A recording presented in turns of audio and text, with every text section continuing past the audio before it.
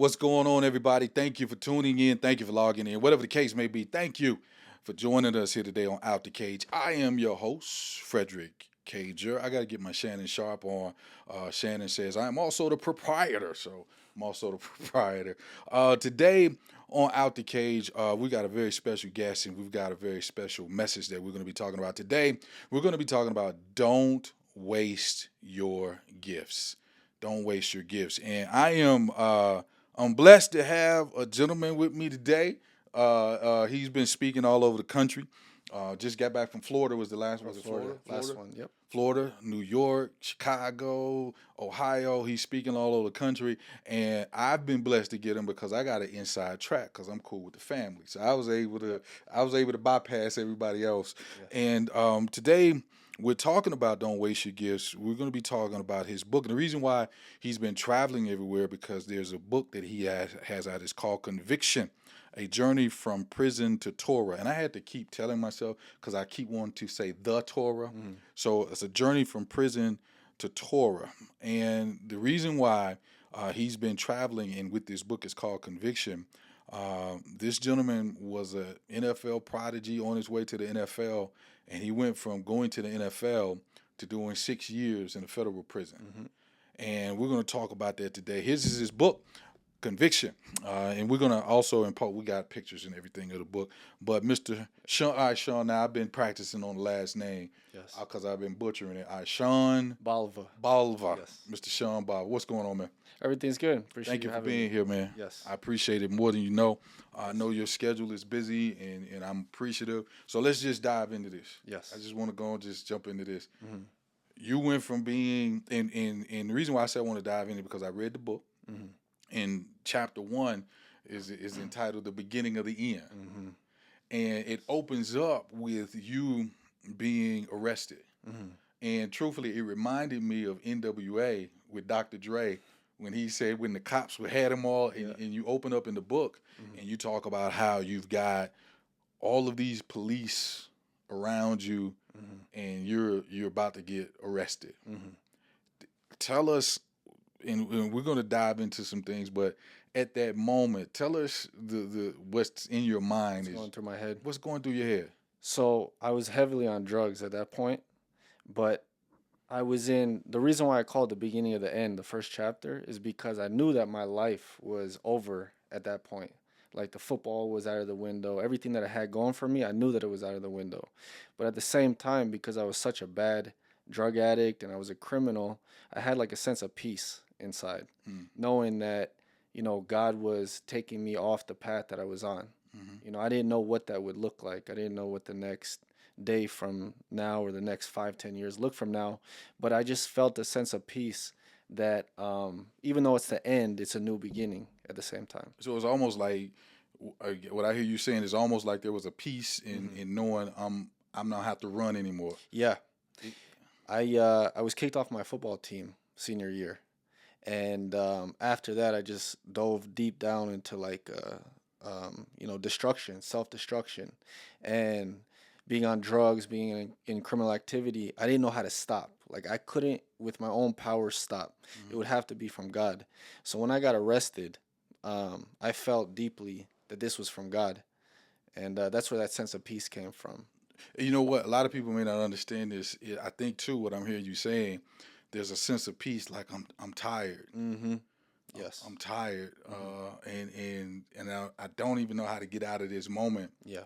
But this is something that's going to get me out of this Yep. moment. So before we so let's back up a little bit because Mhm. in reading the book, so you're from Jersey, Yes. so you moved from Jersey to Vegas, and I don't know if I told you I used to live in Jersey. I Yeah. think I already told you. So I used to live in Yes. Jersey. So you come from Vegas. I'm from Jersey to Vegas, Mm-hmm. and one of the things that you said in the book, you said football was your life until you were about 16. Mm-hmm. So it consumed you. Yes. So, but there's something, and I wanted to get your opinion or something because there's something that grabbed my attention personally. Your mother and your father went through a divorce. Yes. Do you believe that your dad, because in reading the book, what I saw that your dad seemed to be sort of a guy that was focused and strict. Yeah. Do you believe that dad not being in the household played a part? Yeah, for sure. I mean, like I talk about in the book, the divorce was, I didn't know how to deal with that. Just being a young kid, 5 years old when they got divorced, and I had so much love for my dad, but he just didn't know how to be a dad at the time, Mm-hmm. and that's just something I couldn't understand with my young mind. So it gave me a lot of anxiety, a lot of stress, depression. I was acting out a lot, just didn't know how to deal with it. Mm-hmm. And when I found football, that was the replacement for the Wow. pain that I was going through. Man, you know what? That I one of the things I expressed to you, there's a Mhm. lot that you and I relate to Yeah. because I don't care what anybody says. When you're a young boy, Hmm. you're looking for that connectivity. For sure. And you're and I know as a young boy, you're looking for somebody to speak life into you, Yep. to tell you who you are as a young boy, to tell Hmm. you. So it's almost like we're searching Yes. for there's something. For some, it's gangs. For some, it's crime. Whatever the case is. Yeah. So in essence, what you're saying is that football almost replaced Hmm. what you weren't getting. Exactly. Really. Yep. Because just how football is set up. Mm-hmm. You have all these tough coaches who are your father figures in a sense. Mm-hmm. The parents who are giving you your props, saying that you're good and all this, and people taking you under their wing, Mm-hmm. as best as they can. Mm-hmm. So I'm grateful for football because at that time football was my father, pretty Wow. much. Yeah. Wow. Yeah. Football was. Wow. Hmm. That's deep. Yeah. Now for those of you that are listening, watching, Hmm. and in the book, let me be clear. Sean was not an individual that was just playing football. I'm talking about you've got Randall Cunningham, you've got Marcus Nash, you've Hmm. got ex NFL players Hmm. to the point. Randall, I think, matter of fact, I know Randall Yeah. Cunningham. He's a pastor now, Yep. so I talk. Matter of fact, I Hmm. talked to him. What's up, Pastor Cunningham? I talked to you a little bit ago. I asked you to come on. Come on now. Come on with Hmm. me. And I'm gonna make sure he sees this as well. Yes. Um, one of the let me digress. If you don't know Randall Cunningham, go to YouTube. I grew up watching Randall, one of the best scrambling quarterbacks ever. Hmm. He was Mike Vick before Mike Vick. Hmm. You know what I'm saying? So Yep. Philadelphia Eagles. Yep. Um, he gave you the name the chosen one. Yeah. You know what I mean? Yep. So it's like you're not just playing games. You serious about this. Yeah. The NFL is the future, Hmm. and that's where you're focused on. 100%. 100%. Yep. That was your life. Yep. So you got Coach Cunningham. You got all of this. Hmm. What is life like at that moment as a young prodigy? And I'm taking it. Everybody's already knowing. Hey, this guy's NFL bound and all of this. What's life like at that moment? It was amazing in a sense because I was being blown up by everybody, including Randall Cunningham, to say like you have this opportunity to make it to the next level. Mm-hmm. So it was great in a sense, but at the same time, I didn't have a that I was lacking the father figure. At the same time, I didn't have a good foundation. Mm-hmm. I was undisciplined. I was lazy. Wow. I was egotistical, arrogant, all those things as a young kid. Like I talk about in the book, a parent came up to me one time when I was like 10 or 11 years old, and he said to me, "I don't I want don't to want this blow, to get to your yeah, head. I don't want this to get to your head, but you're the man." And how does that not get to your head? So I was very talented, and I had a bright future at the time, but there was still something missing. You know what? And I think you and I briefly talked about this because we were Yeah. on the phone. I was like, look, I don't even want to talk anymore about it. Hmm. We'll talk. Yeah. I think one of the issues, I don't, I have no, what's the words I'm looking for? I have no regrets in what I'm about to say, and I'm not Hmm. ashamed to say what I'm about to say. For sure. I'm gifted. Hmm. And there's nothing wrong with knowing you're gifted. Yep. There's nothing wrong with knowing you're talented. Hmm. Um, I'm not saying in a way of arrogance and not being humble. Hmm. You can know who you are and have humility. Yep. So I preached. Matter of fact, I preached my first sermon November 1996. Hmm. When I preached that first sermon, my mom. Shout out to my mom because what I'm about to say may not sound cool. My mom asked me after I preached my first sermon, "Where'd you get that sermon from?" Hmm. Because it was that good. Hmm. The pastor that I was under told me, "You got the gift of gab." Hmm. So here's the thing, and I really want to dive into this, Sean. When you're young and you're gifted, Hmm. you don't know how to handle all of that. Um, one of the things is when you're gifted and you're talented, you don't know how to navigate this. And one of the things I expressed to you earlier, man, it's like when you're gifted, and I can imagine when you're an athlete or something, there are two things that usually happen. You got people that want to use you for your gifts, or people that are jealous of the gift. Yep. And help me out with this, because one of the issues that I saw even in reading the book is yeah, I may be gifted and talented, but I don't know how to handle navigating life with this gift. Yep. Because what I I don't say this to be offensive to you. What I also sort of saw, and a lot of people don't get this, with those gifts comes perks. So For sure. one of the things I think you even said in the book, stuff was easy. It was, you could get over and get away with stuff, and but people still see you as gifted. And so how are you navigating all of these gifts and all of these talents with all of these perks? Is that what led you down, you believe, a certain road? Yeah, for sure. I mean, just not having the proper guidance. Right. Like, I feel like it starts in the home. The mother and the father need to, give their kids a lot of love, but a lot of discipline, teach them all these good characteristics, Right. and teach them about the world, that the world is a place that wants to steal your energy sometimes. Yeah, man.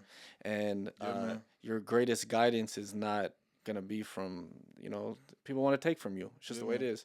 And especially in something like football, it's very competitive.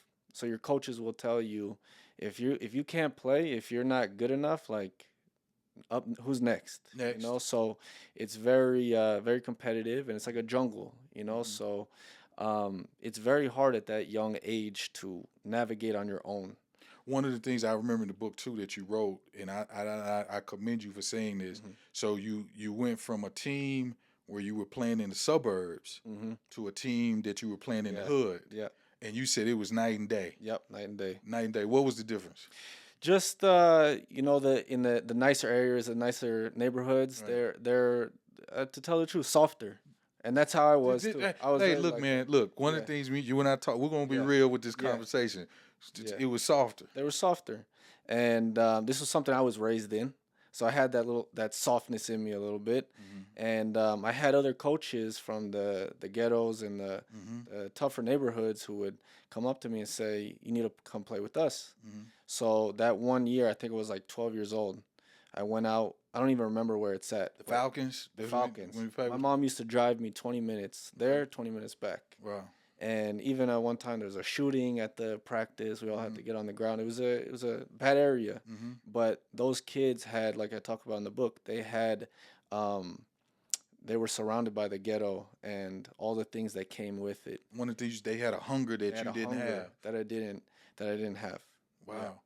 And that taught me a lot, What did it connected teach you, with man? them. I'm curious. because I realized that I had issues inside. So, like in the book too, I talked about how they had external issues. I had internal issues. So that's how we bonded. That's how we connected. Is because at the end of the day, we had issues. It doesn't matter if theirs was gang violence and mine was anxiety. At the end of the day, it was just issues. So we bonded in that sense. And actually, that year we didn't lose a game. We went completely undefeated. We beat Randall Cunningham. Randall Cunningham. What's up, Pastor? I heard your team lost. So, Yep. you know what? I remember, so when your mom, so how I connected with Sean is through his mom. His mom is done some, me and her have done some business together. And she kept saying, I got a son who he's in jail. And she would tell me, I got a son. Once she, and I got to know each other, who shout out to your mom, super cool. She was, I got a son who's in jail. And okay. And so she was like, and we would just, briefly talk about you, but I'd never met you. And she was like, when you got out, she was like, well, I got a son who's getting out, and would you be okay to meet him? And I don't know about you, but initially from the point we met each other, it was like, man, we good. Yep. It was like from day one Yep. in meeting you, it was like, sure. man, what's up, man? I got you. Let's roll. And I do believe, Sean, something that you're saying, and the reason why I say that, as an African American, it's almost like we're raised in certain areas that you gotta be better. You gotta push harder. Yep. You know what I mean? Um, and I don't say that disrespectfully to anybody else. Mm-hmm. I'm just saying that there's a certain mentality, Mm-hmm. and I commend you for even noticing that, Mm-hmm. because there's a certain grind that you, because for in what in reading the book, what I grabbed is where we have to be careful of when you're gifted. Mm-hmm. There are guys that don't have what you have, but are pushing twice as hard Mm-hmm. to get it. Yep. And is that what you And they're gonna get experienced? it. And they're going to get it. Yeah. Did you experience? Is that what you That's were? what I experienced. I mean, yeah, it was the hard work is always the one who is going to win. The one who had that chip on their shoulder, Yeah, who is just as hungrier. It's like a life or death situation to them, yeah. you know. Like I got to make it. I have to. I don't have a choice. Wow, man. And you know what? I've been getting on myself. What was that? What movie is that? I forget the movie. I'm a big movie guy, Mhm. and there's this particular movie. Or it might have been a sportscaster, but nevertheless, Mhm. he talked about. He said, you know what? It's hard to push hard Mhm. when you got marble counters and heated floors. Mhm. Your push leaves a little bit. Yep. You know what I mean? And one of the things I think that when you're gifted and you're talented, you have to be careful of is that when that gift or that talent gets you to one level Mhm. and you stop pushing, Mhm. because now it's more comfortable. Yep. You know what I mean? The comfort is a killer, Comfort is a killer, man. big time. I'm serious, Mhm. because it's like it's almost like one of my favorite movies is Rocky 3. I was just thinking about Rocky. Rocky. How his trainer told him like you lost There your is heart. no Yeah. tomorrow. The Eye of the Tiger. The Yeah. Eye of the Tiger. Yeah. Matter of fact, I was gonna cut that and put it in. Mhm. And I was in one of the things that when him and Adrian reminds me of your mother. Yeah. So when they're on the beach Yeah. and he's like, I got more to lose now. Mhm. When I was coming up, it didn't matter. Mhm. I get hit in the head, I get banged up, it didn't matter. He's like, but now I got more to lose. Mhm. I think, man, that we have to be careful. And I'm speaking to some people that are watching that are gifted, that are talented. With that, though, the gift and the talent is sometimes not enough, Mhm. because there's got to be a grind, there's got to be a push. For sure. Did you see the difference? Was it a major difference when you went to play with the Falcons? Major. Really? Major. I mean, the fact that we went undefeated. I mean, we went undefeated because we were so fierce, so disciplined. Every single person on that team as a unit wanted it so badly. And they weren't scared. We weren't afraid. If you go to like the softer neighborhoods, everybody's scared to get hit in the tackling drills or something like that. But when I went to play for the Falcons, everybody was ready for war. Did it make you come up? Did it make you did being with them make you look at yourself in a different way and say, I gotta push harder? Um, I don't think I understood that at that age yet. Okay. I think a little bit I understood. Looking back, I definitely understand. Mm-hmm. But at that age, I don't think I really understood. I don't think I understood fully what they were going through, Mm-hmm. living in bad neighborhoods. I Mhm. didn't really get it too much. So during this time as well, not only are you transferring to teams, Mhm. but you're transferring schools, Mm-hmm. because you're now starting to go to Christian schools, Yep. because they see your talent, and Mhm. now you can be on these teams. Yes. Which there's something that you said in the book that for me I totally related to. Mm-hmm. And one of the things that was so major to me, you said when you started driving on your own, it almost led you, because you had so much freedom. Mm-hmm. So now you're going to parties. Yep. So you're focused, but now you've got all of these influences around you. How do those influences begin to, let's say, navigate you down another road? Easily. It's like it could happen in 1 second. Um, I had everybody on the football team was drinking after games or drinking on the weekends, and all it takes is feeling a sense of being left out. And one friend, a cool friend per se, can come up to you and say, "Come on, let's go out and drink. There's gonna be girls there. There's gonna be alcohol. It's gonna be a lot of fun." And once you go one time, once you open that door is open forever. Mm-hmm. You know, when you don't say no because I'm disciplined and my coaches told me no distractions, no girls, no nothing but football in school. Once you open that door, it's open. You can't close it. So I remember in the book you said that you were at a party, Hmm. you get offered something to drink. You never had any drink. You were just all about football. Yep. And at that moment, you took your first drink. Hmm. And from then on, it was just a roller coaster down. Roller coaster down. I fell in love with it. Every Friday night, I would play my football games and then go out and drink with my friends Every Friday night. every Friday. And there was parties everywhere. Every school had a party. Hmm. Even the football players, the baseball players, everybody was partying. There's a saying, I think it's in Latin, and I don't want to butcher it. I don't Yeah. want to try to make me sound smarter than I am. But in essence, to thy own self be true. Hmm. I think you have to know who you are. Yeah. I know myself. Hmm. So this is what I know about me. I have an addictive personality. Hmm. I know that about myself. Yeah. I'm a guy that's either all one way or all the other way. Hmm. Like I remember, man, I used to say, if I steal a piece of candy, I steal a car. It's all wrong. So Yep. why go to jail for Yep. a piece of candy? If I'm gonna go to jail, I'm gonna go to jail Yep. for, for something major. That was my mindset. Hmm. And I think it's you have to know your personality. And I think you and I have had this conversation Hmm. that when you know you have an addictive personality, Hmm. it's like Lay's. You know you just can't eat one. Can't stop. You can't stop. Hmm. And so one of the things about me personally, as I know that I have an addictive personality. Hmm. And for me, that's why I have to live a certain life Hmm. because I can't be out Yep. doing certain things and everything. So here you are now, and this is where the fork in the road is. Hmm. You're this prodigy, Hmm. state championships, you winning, you NFL, you got NFL coaches. I think Marcus Nash eventually, if not then, your strength coach. Hmm. You got NFL players. You on your way, Hmm. but you're starting to go down this wrong road. Hmm. Now I got my notes, man, but I gotta just. How did you go from, because in the opening of the book, Hmm. you about to, you know what I mean? You know, opening the book, the police.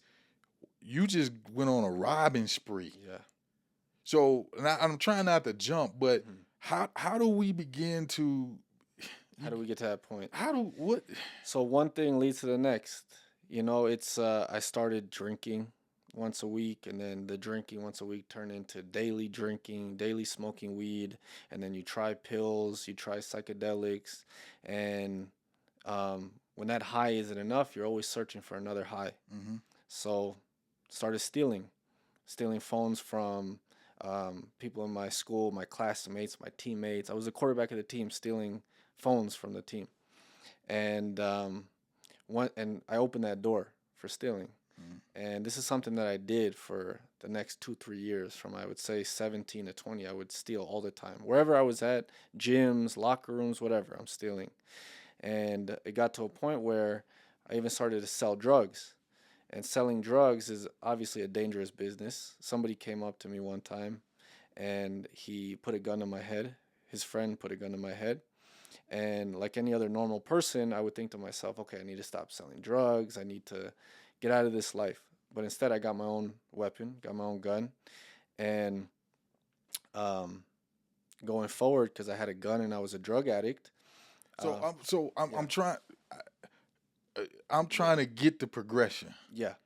You know what I mean? Mm. So you're drinking and smoking. Now you're starting pills, Hmm. psychedelics, whatever, and we don't Yeah. want to get all whatever drugs. Hmm. And so the habit, so in guesses now you're trying to pay for the drugs without your family knowing. Yeah, it's everything. Paying for the drugs and also stealing for me was a high, like I said, a high. It was a high It was too. a high. Okay. So I was at a point in my life where I was going so down. I thought I was going up, right? Because I was becoming a criminal, Mm-hmm. but I was going so down. And I was just doing any criminal activity possible. Mm-hmm. And I just had a I now had this criminal mind Mm-hmm. where I didn't care about a job or a career anymore. I was Okay. trying to Okay. figure out how to be a criminal, Okay. and this got stuck. The thoughts turned into You know a what? reality. You know what, Sean? And I'm gonna be very transparent with you. When I was when I was about 17, 18, I don't know, around that time, I made the conscious decision that this is the life I'm gonna live.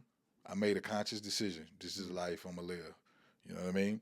And so, and I remember I told my cousin, I told her I don't think I'm gonna live to see 21. I don't even, I may not. I don't. But the funny part about it, I was okay with it. Yep. I was okay with it. You know what I mean? I was okay. Like this is the life I chose to live. I understand the consequences that come with this life, and I'm good. Yep. You know what I mean? I know death or jail, and for me, death was easier than jail.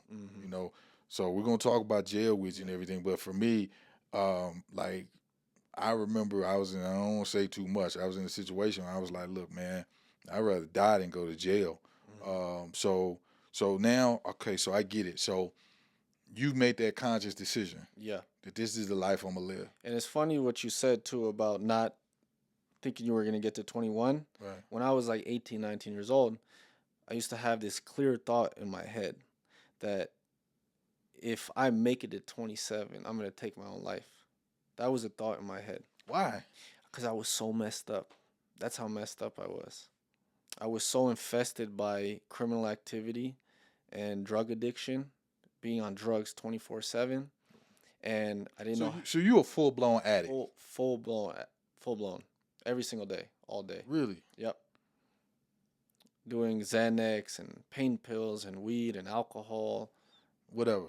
everything you possibly think of, I was doing. Really? Yep. Man, I would. You know what? And I would have never just being around you would have never. You know what I mean? Would have never have added that up. Yeah. Never. So you're a full blown addict. Yep. You stealing, you robbing. So, and from my hood, you like a crackhead, basically. Yeah. You pretty much. That's what I was. selling the TVs. Yep. You doing whatever. Whatever. Pawning stuff, pawn stores. Yeah. Really? Yeah. I was gone. I would never know. Yep. You were gone. Yep. Okay. And I didn't want to. I knew that I was gone, and I had no idea how to get out of it because everybody gave up on me. Really? Yeah. I mean, my parents, my mom was still there for me, but the people that I felt like I needed the most at the time gave up on me. It gets back to what I said. Yeah. We can't get anything, and no disrespect to anybody, we can't get anything from your gift now. And what use are you to us? Yep. And I'm not saying that's the case with your situation. I'm just saying I've seen that happen. Nick Saban, the Alabama head coach, he kicked off a player from his football team like 5-10 years ago, maybe less. And that kid went out and killed himself like a year later. And now he would never, he doesn't kick players off his team anymore. Really? For that reason. Because, and that's what happened to me. My coaches, when they kicked me off the team, nobody would look at me the same. The coaches, the principal, nobody. They just gave up on me. And I take full responsibility for my life, but I don't blame anybody. But they left me for dead, pretty much. Man, and let me say this, man. I want to, and I know she's going to see this. I want to give a special shout out to your mother. And I want to look directly in the camera when I say this to your mom. In reading the book, she, to this day, and and the reason why I can speak to that, so I had a brother. I don't even like to say I had a brother, man. I have a brother. He's passed. Man, bringing me to tears thinking about him. He was what you would call a habitual criminal. He was locked up. He did not do like a year and a half out of jail from the time he was 16 to 50 or whatever, 40, whatever, when he passed. And he was a habitual criminal. But my mom, that was still her son. Never get it. And I couldn't get it. Like, look, Yep. And she wouldn't, and we knew she was putting money on this book. She wouldn't say anything, but that was her son. Yep. That was her baby. You know what I mean? And in reading the book, when everybody else gave up on you, your mom, always there. Yeah, and it just touched me, man, because I was like, wow, wow, how, as an addict, so you this addict now, and You're full blown. Mm-hmm. And then too, there's a situation where literally you doing a drug deal and somebody comes to your mom's house, Mm-hmm. and what's going on in your life at that moment? That's when it was like at its peak, the worst of my drug addiction. To do something so, without common sense, to allow someone to come to your mom's house to buy drugs. My grandmother lived there, my little brothers, I was just at a really bad place at that time. Man, I'm just you gotta give me a second. I'm looking at you like I would have never. Yeah. I would have. Nobody knows until I tell them, until I say I'm because something. Yeah. I've been kicking it with you Yeah. and don't misunderstand. We gonna Yeah. still kick it. I'm Yeah. just saying I would have never Yeah. known. There's this song, man, in gospel. It says a gospel song that says, "I'm glad I don't look like what I've been through." Mm-hmm. Yep. You know, It's a blessing. because you don't look like what you've been through. Yep. And truthfully, and your mom Mm-hmm. politely told me it was bad, Mm-hmm. but I was like, okay, you know, Yeah. and it was that bad. It was bad. But here's the catch. But in the midst of it still being that bad, Mm-hmm. you still wanted to play football. Yep. My dream for football never stopped. So how are you navigating the drugs? You're an addict, and something that caught me. You were moving, so you went to Florida. You went back to school, but you be okay for a while, and then you relapse. Yep. You be and that hit me too because. Mm-hmm. And I think you mentioned it in the book. One of the things that hit me with that, Sean, Mm-hmm. you can go anywhere you want to, but until the inside changes, you're just running. Yep.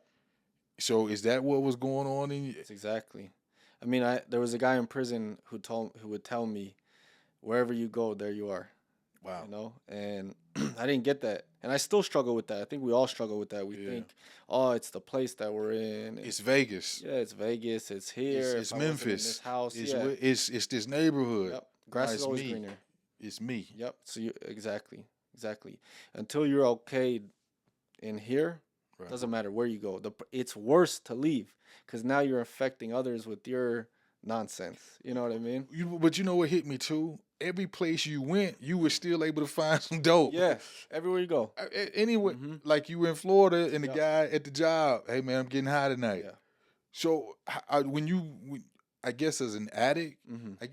birds of a feather flock together. Yeah. Is it everywhere you go? You just I think that's just the way God set up the world, to be honest. mhm. Like if you truly have a desire for something, you're gonna find it, like good or bad. You wow. So Hold up. yeah, Time out. Repeat that. yeah. Repeat that needs to be repeated. So No matter it's good or How would I bad. say If it? you seeking it, you gonna find it. if you truly Wow. if you have the pure intention that that's what you want, God will give it to you. It will show up. So But even the negative though. even the negative, because God is good. He even gives us what we shouldn't be allowed to have. Here's the catch, and I don't want anybody to misconstrue that. I'm Yeah. gonna say this part. I've said this time and time again. The biggest gift God has given us is our biggest curse. Mm-hmm. And that's free will. Mm-hmm. Free will. Free will. Mhm. I think we underestimate the power of free will. Mm-hmm. I think at times, and I'm not disputing or going against what you're saying. I think a lot of times people want to put things on God or the devil, Mm-hmm. and they don't put it on them. For sure. That no, you got what you wanted. Mm-hmm. This is what you were seeking. Yeah. This is what you know what I mean? I guess a better thing would be to say He allows it. He He allows you allowed to because have it. he allows us to live. Yeah. Exactly. And I think too, we as human beings at times misunderstand the power that we have. Mm-hmm. Yep. And it's easier, and this is what I've learned, it's easier to put the power on him when it's bad, Mm-hmm. and then we forget about him when it's cool, and we're doing what we're doing. You know what I mean? Am I making sense? 100%. So dealing with this subject, man, what's hit me, and I really want people that are watching this to get this. So you are a football prodigy. Mm-hmm. You got Randall Cunningham, you got NFL, you got Marcus Nash, Mhm. you got NFL scouts and all of this, Mhm. and you're a drug addict. Mhm. And you stealing and you robbing. Yeah. What, man, I'm just, because did it ever dawn on you, like, is the addiction that powerful that it doesn't even look at you and you say, man, this is what I could have? When you're in it, it's hard to realize Right, that it's a problem, right. especially when you're performing well.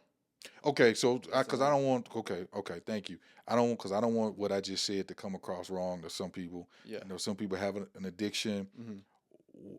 When your story was amazing to me, Mhm. you were I used to say, I used to be a functioning alcoholic. Mhm. You were a functioning addict. Yep.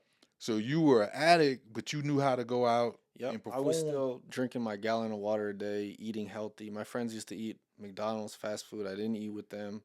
I was working out every single day. Um, still performing well on the football field, but Mm, I just I thought mistakenly that I could have both mm. the drugs plus the football. So let's be real. Let's be real, because you Yeah. talked about this in the book, manipulation. Mm-hmm.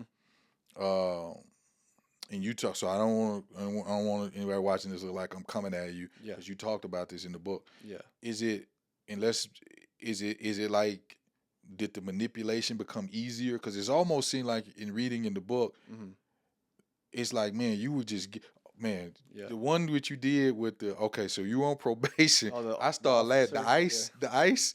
Oh, I thought, It's a oh, I true started. story. It's a true story. Tell the True. story. Tell the story. So, I was on house arrest on not federal probation, but pretrial before I was gonna go to prison.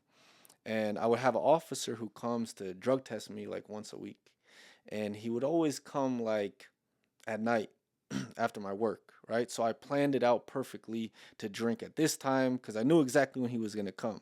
But one time he threw me off guard. I was drinking till like 3 in the morning. He comes and knocks on my door at like 7 o'clock, and I was drunk. I was wasted, and so he comes with a breathalyzer and with the drug test, and I knew I Knew was you gonna hit. knew you I was gonna fail done. that one. So I had a good relationship with him, though. He saw that I was trying to do better, and I would talk like I'm trying to do better, but I'm drinking every night. So I see the breathalyzer in his hand, and he knew that I was boxing. I was a boxer, so I went and put an ice pack on my face, and I told him like, "Oh, I got cracked in the face the other day," and he really said to me, "You don't have to blow on the breathalyzer; it'll probably hurt your Hurt your mouth. chin or whatever." And I was shocked. I was absolutely shocked. But what trips me out, Sean, Yeah, you got story after yeah, story after story yeah. after story after story. Mhm. You get pulled over by the police Yeah. and you don't have your gun, but you got dope in the car. You Mhm. get, and you, sir, I apologize. It's and okay, let's go somewhere where, as you being Jewish Mhm. and me being black, Mhm. I don't get those shots. Mhm. And I'm just going to ask you. I told you we're gonna be real. Yeah. Did you know? Look, man, I got, I know I'm white, or I know I can. They'll let me do this. They'll let me do. Did you, in that time? Did you know what you were doing? You knew you could get over. Did you know? I just thought I was invincible. Really? I really just thought I was invincible. I mean, I was drunk, driving, drug driving for years, every single day. Really? Like with a gun in my pocket, driving, just doing the craziest things. I thought I was invincible. Just thought you were invincible. Yep. I didn't even think about, are the cops gonna come after me or anything like that. I was just so arrogant at that time Mm. that nothing can stop me. So, let's go through the story. So Yeah. now you've had so many run-ins with the law, Mhm. um, that the situation. I gotta ask this, Mhm. because for me, as I was reading the book, I was like, how did he go from, okay, yeah, you stealing and you high. How did you go and rob, what, 5 stores? I think it was like seven, You seven okay? community. Let me. So, um, 'cause I'm not even playing with you. I'm reading the book, Sean, and I'm like, what did I miss? Yeah. I'm skipping. Did I miss something? How did you go from what? What's how? Yeah. Just I take us back to that night, that day. to that How day. did you rob 7 stores Mhm. in one day? In one night. And I don't mean to laugh. And Mhm. some dude was walking down the Some street and dude- you robbed him too Him just to too. do it. Yeah. I'm I was sorry. crazy that night. I'm sorry. I Yeah. wasn't. If that guy, hey brother, hey. But that was funny though. Yeah. Like he just happened to be walking Yeah. down the street. I'm gonna rob you too. 3 in the morning. 3 in the morning. I'm gonna jack you too. Yeah. Take me, Sean. So Give me that day, man. a lot of it's a fog, but I do remember some details. So like for 2 weeks, 2 or 3 weeks, I had my gun on me for protection. But then because I had the gun on me and I was on drugs, in my mind I wanted to start robbing people. That's truly what it was. In your mind, you In my want to mind, start because robbing. I was a thief already, and in order to take it to the next level, it would be robbing. This is where my mind was at the time. I was so messed up that I was so I was almost like So you just possessed, jacking. You in a jacking. sense. Wow, that's Yeah. deep. Like possessed. You Yeah. gone. Gone, because the drugs and the alcohol, why they call it spirits, Yeah, right? yes, they do. Is 'Cause- Yeah, So a lot, and I believe in this. Like when you're under the influence, yeah. um, I wouldn't say like actually possessed, but Right. there's something inside of you that's really messed up Yeah, at that time. you're right. I, as someone that I was an alcoholic. Yeah. I was a different person. Mm-hmm. I remember getting into a fight one time when I was drunk. Yeah. I felt no pain, Mm-hmm. and my mental was either you or me. Mm-hmm. Exactly. You got to go. Yep. I'm not even in my right mind. Mm-hmm. So how did you? So you wanted to start robbing, So I wanted to start robbing right? because I was already burglarizing and stealing. Okay. Never actually took from anybody as a robbery before, but I Okay. wanted to start doing it Okay. because I wanted to be as much criminal as possible. That's just where my mind was at. You want to just be straight gangster. Straight gangster. So for like 2 weeks before that happened, I was on 5 different drugs every single day: Adderall, alcohol, weed, morphine, and Xanax. And that concoction is crazy, right? I could have died from that.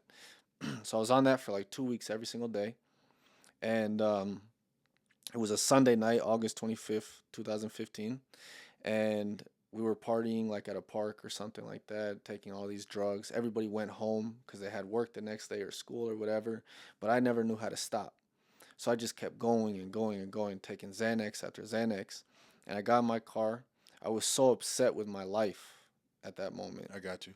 And in a sense, this was a way to To just get out. end it all, right? I understand And totally. it was almost like a suicide attempt. I Like, understand totally. and I had a like Yeah. visions of getting arrested.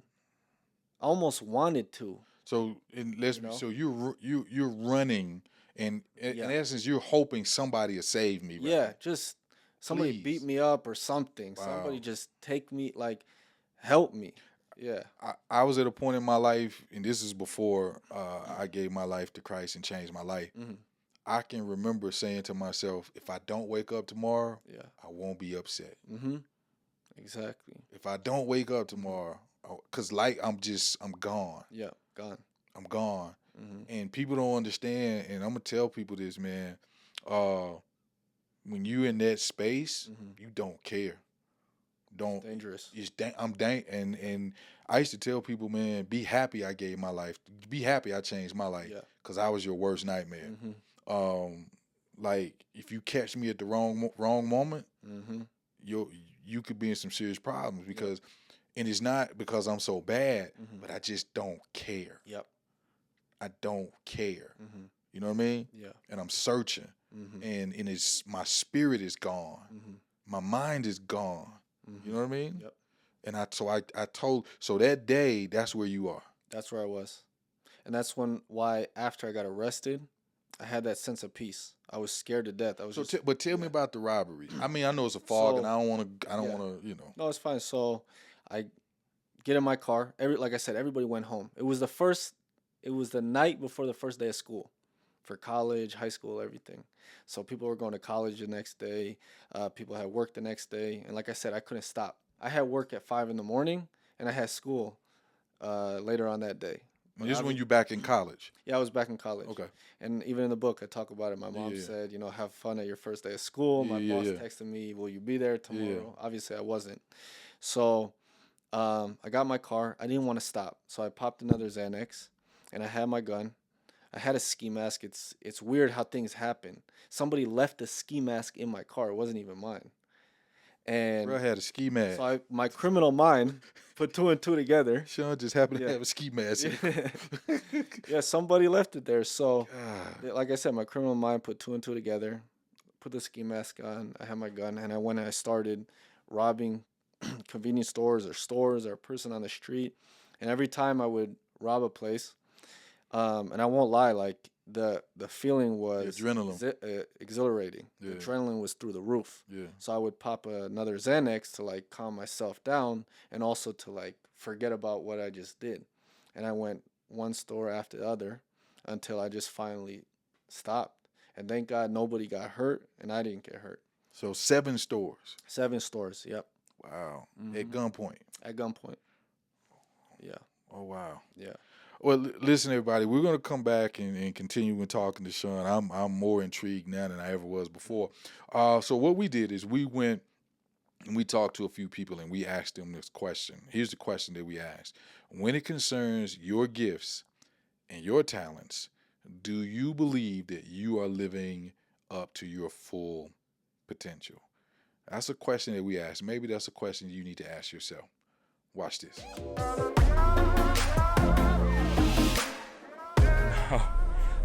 There's definitely a lot more I could do, a lot of singing stuff I want to do, a lot more of this company I want to do. But there's a lot of life that's hard, struggles, that just takes so much time to get these things done. Well, that is a good question. But the reason I believe that I use my talents to my full potential is because if I didn't, God would have taken them away already. I've been playing for 5 years consecutively with the churches. And if I didn't give my best, my heart wouldn't have been in it as much. And also it reflects in the music. And also the caretaking of the people around you. They can really feel the difference when you're not doing it for your heart versus you just doing it for the money or doing it for your self-gratitude. So yeah, I put my heart in and I do it the best I can for the Lord. Yes, sir. I would say no, because I feel like deep down, when it comes to things that I want to do or like getting farther in life, like I want it, but like fear kind of stops me from doing it in a way. Or when you overthink about it too much, it kind of stops you in the process from doing it. When most people, like if they want to do something, you can just do it. But then when it comes to me, I feel like I think too much about it, and that makes me like back out of a lot of things that I want to do in life. So I feel like that stops me from living up to my full potential. But I still got a lot of life to live because I'm only 18, so.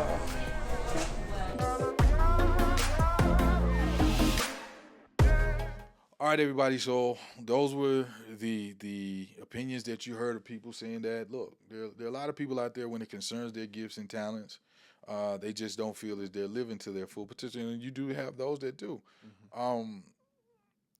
In one of the things we're talking to you, what struck me, and really as when I read the book, that's when I reached out to her. I was like, look, man, this is where I really want to talk about, because in reading the book, it like you and I know each other, and we go out to eat, and we reading the book though. I was like, wow, I didn't know. Like you literally were on your way to the NFL. You were on your way to the NFL, and I think one game, 6 touchdowns. What? How many touchdowns? I had a 6-7 touchdowns. 6-7 touchdowns. I mean, scouts, they look at you. Scouts looking at you. You got I'm trying to paint this picture. Yeah. You got scouts looking at you. You got NFL players. You on your way. Yep. And you didn't end up getting sentenced after that night of robbery. They sentenced you to 8 years. 8 years. Yep. Federal. Federal. So here's a question that I had as I read the book. How did it go from state to federal? What happened? So from what they say is I was affecting federal commerce. Okay. It's called the Hobbs Act, affecting federal commerce. Okay. So the gas stations were federal. Oh. So even if you take even $100 from there, Okay, it's a okay. federal crime. Wow. And at that time, the state and the feds, they trade cases. Okay. So the state was giving all their gun cases to the federal system. Okay. So that's another reason why it went fed. Man. So let's paint this picture. Yeah. You go from NFL prodigy Mhm. with NFL players, Mhm. scouts, multi-million-dollar contracts could be in your future, Mhm. to drug addict, to full-blown drug addict Mhm. as I'm listening to you, Yeah. to now 8 years in prison. Mhm. 8 years. And in reading, it was your mom, because when I read the book, if I'm not mistaken, the night that the guy showed up to the house to rob you, your mom was like, "Look, we just can't do this anymore," and she was like, "You just need to go turn yourself in."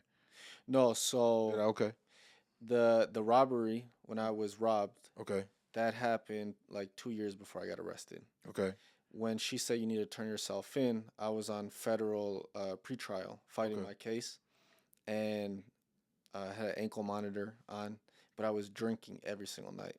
And then one night I had a really bad night of drinking, okay, and I caused the whole scene. okay. Oh yeah, Yeah. Okay, with the neighbor and all. Yep. Yeah, And that's when I went with a golf club. You was to about to whatever. go to kill him, Yeah, I was crazy. man. And that's when my mom said, this was a Thursday night. She said, Sean, you need to turn yourself in. I was in jail by Tuesday. So you turned now. Let me be clear. You better than me, because they would have had to catch me. Yeah.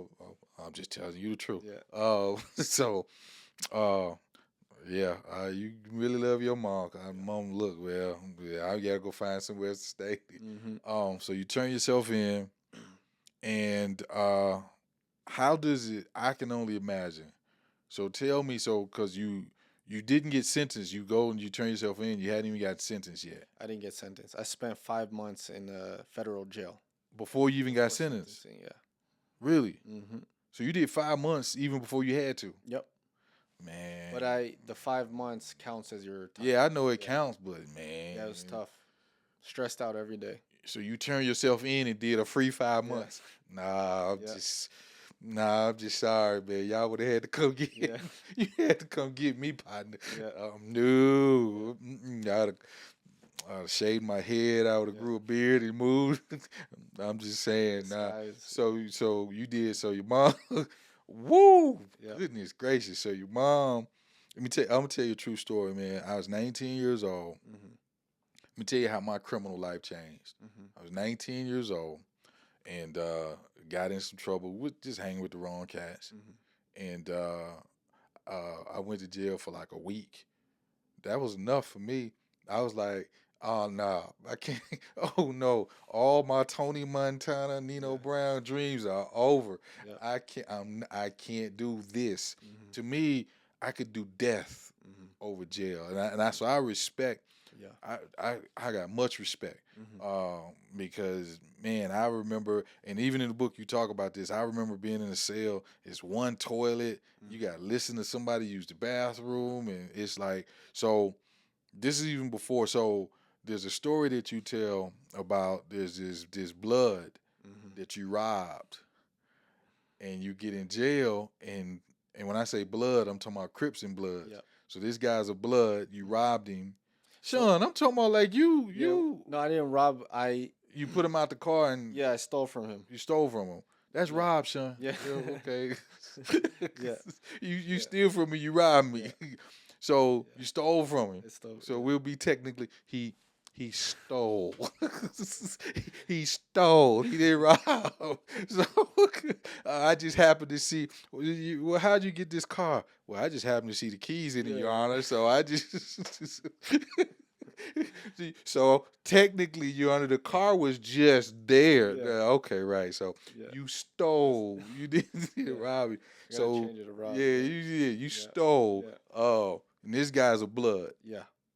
I didn't know that at the time. Oh, you didn't know he was a blood. Not at the time. So you get to jail, Yeah. and you and the guy see each other, Yeah. and he sends the Bloods After me. to come get you, Yeah. and they beat you up. They didn't beat me up.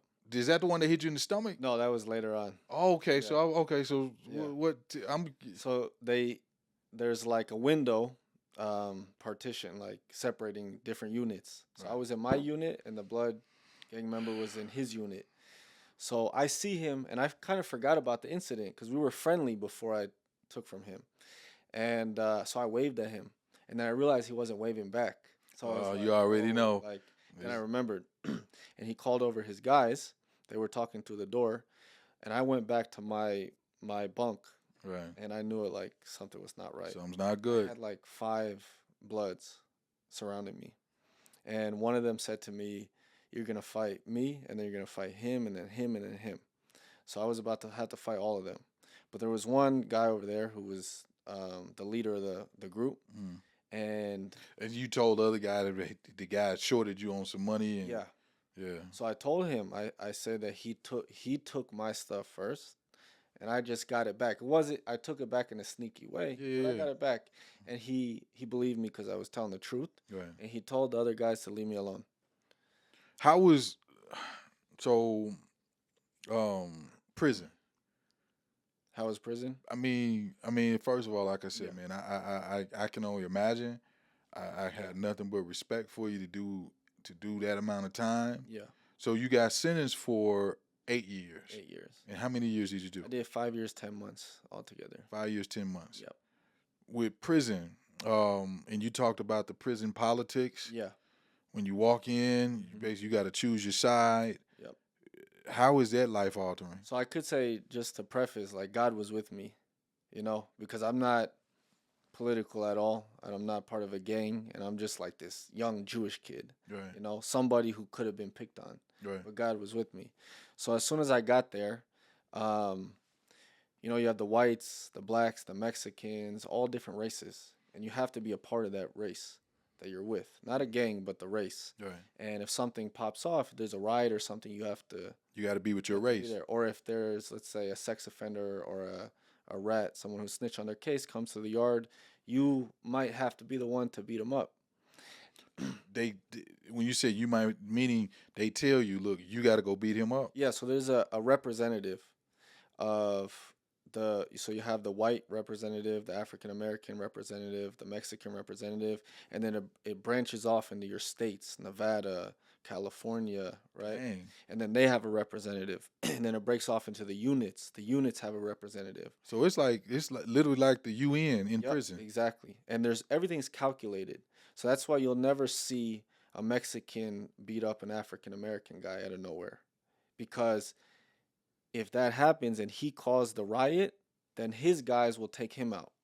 Does that make sense? Because you caused us a problem. So everything's calculated, everything's talked about, Everything's political. everything makes sense. Right. It doesn't make sense like when you really think about it, but they make it make It makes sense to them. to them. In their world, in their world. subculture. Yeah, it's us against whoever, right. the inmates or the other race, but at the same time, it's very it's coordinated because there's a riot could happen, right? But these guys are somehow Were you ever involved? never involved in a riot? Never, thank God. Now I know the situation you talk about in the book about the television situation. Yeah. And you had a situation. Tell us about that. You had a situation with them. With the TV, with Yeah. The guy they were upset with you because you didn't. oh, so that's when I got the discipline. Okay, That's what you're that's when you got hit in the stomach. Yeah. Okay. So I was part of a program called the Brave Program. It's about helping young kids in prison, change their attitudes so that their actions will change. And we had this program 7:30 in the morning till 10:30 in the morning every single day. So that's what you're talking about, the TV. Sorry. So the lady who ran the program turned off all the TVs in the unit, Mm-hmm. and all the inmates got together. The African American, Mexican, white, they all came together, and they said that the cops are not going to disrespect us. We won't take that. So they said the next day, they all came together. Said the next day, we're all walking out. Everybody is going to walk out of the program. We're boycotting this. And I was the only one to stay in. I didn't boycott it. I stayed in. They all went out. And because of that, they gave me what's called a discipline. You have to hold your hands up like this, 23 seconds, two guys, just they put gloves on, they just wail at your stomach 23 seconds because I didn't go outside with them. Did you have any other situations, man, that none? Other than the blood Yeah. situation, and that Man, in 6 years, that was the only thing I ever dealt Yeah. with. like I said, man, and it's something I do like that you said in the book that number one, you said everybody in prison is not what you think. Yeah. And then you said, and it's not like the movies, hmm and everything. So you're in prison, Sean. hmm Here's my, and I understand because with you now being in prison, hmm what's the mindset? Is there a mindset that you have that is like, man, I could have been this, I could have been that? Are you in prison? Does that ever cross your mind All the about time. your That's football why career? I couldn't watch football. Really? Yeah, because I would watch football. I would go back to my cell. Sick to and your cry. stomach? Really? I couldn't watch. I couldn't do it. Really? Yep. Even they had football leagues, basketball leagues. Couldn't do play. it. Couldn't You play. couldn't even be a part of it. Yeah, it was. I was Too too, much broken. pain. Too much pain. Wow. The Super Bowl. I would watch the Super Bowl. That was the only time I would watch. I would, like I said, go back to my cell, get emotional. And I didn't much. really know because your mom said she told me she was like, no, he was good. He was. You were the man. Yeah. You were the man, and I'm not man, and I don't want to belabor that and make you feel worse. But in talking, no, but today, with that being said, in talking about this subject, Yeah. about wasting your gifts, and knowing you and being around you, I have nothing but the utmost respect and love for you. I want you to know that. You know, I've told you that, man. I'm here for you. It hurt me though in reading the book because it's like everything made sense because I didn't know your story to the depth of what the book told me. Yeah. And it hurt, and it also made sense to me because, like I said, I can remember that feeling of being young, knowing that I was different, not better, but I knew I was different. You know what I mean? I knew it. Whatever, and whoever's watching this, whatever your giftings are, and you can know I'm different. Doesn't mean you better, but you can know. But I also remember not having anyone to help me with those gifts. I didn't know how to navigate those gifts. There's a story in the Bible of a brother by the name of Joseph and his brothers. And Joseph's got the coat of many colors, and his brothers are jealous of him. I didn't know jealousy came with the gifts. There are people that are jealous of you, and you don't even know why. There are people that are around you that really don't like you, but they just around you because they think you're going to make it. And I didn't know all of those things came with the gifts. It's a gift to keep the gift. Yeah. You know, like it's hard to hold on to it, especially if you don't know how to navigate with it when you're so young. You know, you see all these celebrities, the young celebrities, they're like drug addicts in their adult years and stuff like that because they never had the proper guidance. People just wanted to take from them. Mike Tyson's a perfect example too. Didn't know how to navigate, deal with his money. People stole from him. You know, Who lives in Vegas? Yep. And it's when you have a gift, you have to. I think it's important to let the young kids know that if you believe you have a gift, then hold on to it as tight as possible and don't let anybody try to take it away from you, because you know, there will be people, there will be adults, there will be family members, your friends, your teammates who will try to take it from you. Not everybody's trying to help you. I would say more people are not trying to help you than help you. You know, If you had to say something to that person, that and you know something I've learned too, it's not just the young cats. yeah. I mean, this guy's out here 30, 40. I was in a meeting yesterday with a young lady who is a family therapist. She's going to be coming on, and we're going to be talking about some things. And she and I were talking about this yesterday. Man, you got people that are 40 and 50, 30, still trying to navigate life. Yep. And to that person, Sean, that's gifted, to that person that's talented, Yeah. whether it's singing or in the video, the young man, he was like, man, I would have never known. And just seeing him, he's like, I want to sing. I was like, really? To that person that's gifted, that's talented, the young lady that says fear, Yeah.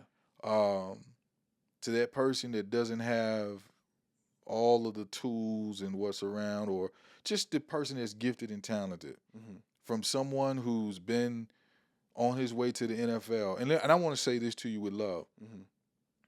Although the NFL may not be the future anymore, there's another gift, because I say gifts with an S because some of us have multiple gifts. Yeah. And now the gift that you have as a writer, as a speaker, there's so many things, man, that you're doing now that although the NFL may not have panned out, there's another direction that you're going in. Yep.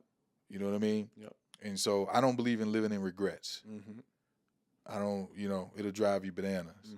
So I'm proud of you Thank you. and what you're doing now. Speaking all over the country, promoting your book, and more books to come. And I'm proud of you. Thank you. And I want you to know that, Thank you. because it's not easy. It's not easy being gifted. It's not easy, man. And I can say that firsthand. Yep. And I'm not saying it's like I'm Jay-Z or I'm Michael Jordan or nah. My little gifts that I have, though, I have my gifts. And I think the reason why I think it's important for you to be here, I think one of the things, so in my community, in my culture, there's something that we say that I don't like. I despise it. There's this saying that, I ain't gonna say I despise it, that's really strong, but I don't like it. And that's just saying what God has for you, it is for you. It sounds good, but it's not totally real and true. And this is what I mean by that. There's a scripture in the Bible that talks about the men with the talents, and how one had a certain amount of talents, but one didn't hid the talent, and God took it away from them and gave. You can lose your talents, and I don't think people talk about this enough. That you can lose your gifts. You know what I mean? That you can squander your gifts, and you can squander your talents. And what God has for me, this for me. Yeah, but if you don't take care of what he gave you, you can lose it. What would you say to that person that's watching us today? That's gifted, That's gifted. that's talented. Not to let anybody bring them down. If you truly if you realistically know that you have a gift, then go after it with everything you have, And if you fall down, keep getting back up. Don't think that one failure is gonna stop you from reaching your goals with this gift. And like you said, gifts with the S at the end. We have many gifts to unlock within. So I found out football was no longer it's still a gift, but it's not a gift that I'm going to pursue. I could write, I could be a speaker. There's so many things that I can do, and just never give up on it. Like when I was in prison, my roommates, they used to laugh at me when I told them that I was going to write a book and then go and speak to all the kids and stuff like that. And then somebody told me before I printed the book, he said I told this guy I was going to write this book and print it. And he said, I have a better idea. You should write a book about a guy who wants to write a book and all these fantasies and stuff like that. And I just never let it bring me down because I know who I am. So you just have to know who you are and go after that. And it'll work out. And even if you fall down, you can always get back up, find another gift that you have. It's just never stop. Never stop. Big time. Man, close this out. Anything you want to say, man? First of all, Sean, let me say, man, I appreciate this. Yes. More than you know. I got nothing but love for you. If anybody, again, let me reach over here. Anybody, again, this is the book, Conviction, A Journey from Prison to Torah. Mr. Sean Balva. Yep. I want to make sure. Anything? Just anybody who, the story of my life is somebody who made numerous mistakes, right? But I just keep getting back up from the mistakes. So if anybody could take a lesson, I'm not perfect. I'm not an angel whatsoever, but I just keep getting back up and I keep asking God for help always. So at the end of the day, we're not going to be here one day, right? So the gifts that we have are going to be gone too one Yeah, day. yeah. But what won't ever leave is God from your heart, you know. So it's so Yeah. important to have that. Keep getting always. up. Keep getting up. You know what? And let me say this. So, and That's I'm a gift in itself too. and everybody To be ain't able to got get that. up. You Yeah. ain't got that one. I'm gonna say this, and I'm gonna close with this. So Sean is Jewish. Hmm. I am a Christian. His mom is Jewish and super cool with me. Mhm. I want to say something, and I'm gonna look directly in the camera when I say this. And I want to say this for a reason. I don't care if you I want to ask you a question, man. When you say the word Jew, is that Is it derogatory? yes? Because It it's could, Jewish, but Jew is it it? could be. Could it, be. It could sound like Yeah, like hey Jew. yeah, Like, yeah, that's yeah. not Okay, good. okay, okay. But it's not so bad. All If you right. could- if Well, you I'm gonna play yeah. it safe there. I wanted to ask that Yeah, question. the same Oh, as Jewish. yeah, okay, Yeah. Jewish. So here's my thing. I wanted Sean to come on. And first of all, thank you. If I hadn't said it Thanks enough, for having me. thank you, man. Hmm. I mean that. And I want to say this directly. And I want somebody to get this. It doesn't matter if you're Jewish, Christian, black, white, green, yellow. There are some laws that are universal. Mm. They're universal. And if you're lazy, it's universal. It's universal. If you're getting up and putting in the work, it's universal. And I said that to say this. I think at times we get so deeply spiritual that we don't operate in the natural. We don't do what we're supposed to do. And we want to blame God. We want to blame the devil. We want to blame this. We want to blame that. Have you ever looked in the mirror and say, maybe it's me? Maybe I'm not putting in the work I need to put in. Maybe I'm not doing what I'm supposed to do. I don't say that to offend anyone, but I say that to challenge you. And I say that because I want to see people live their best life. And I mean that. I'm tired of seeing so many people that are gifted, that are talented, and those gifts are being wasted. So I say this to you today. If you know that you are a person that you're gifted and you're talented, you don't have to apologize to that because it's a gift. It's something you didn't earn. You were given a gift, and it's okay for you to know that you're gifted. I also say this to you, and I speak this from not only myself, but also from Sean. Don't allow your gifts to go to waste. Use your gifts, guard your gifts, protect your gifts, and take these few points that you've gotten today and go out and be the absolute best that you were created to be. God bless you all. Thank you. Remember, and get out the cage. We'll see you next time.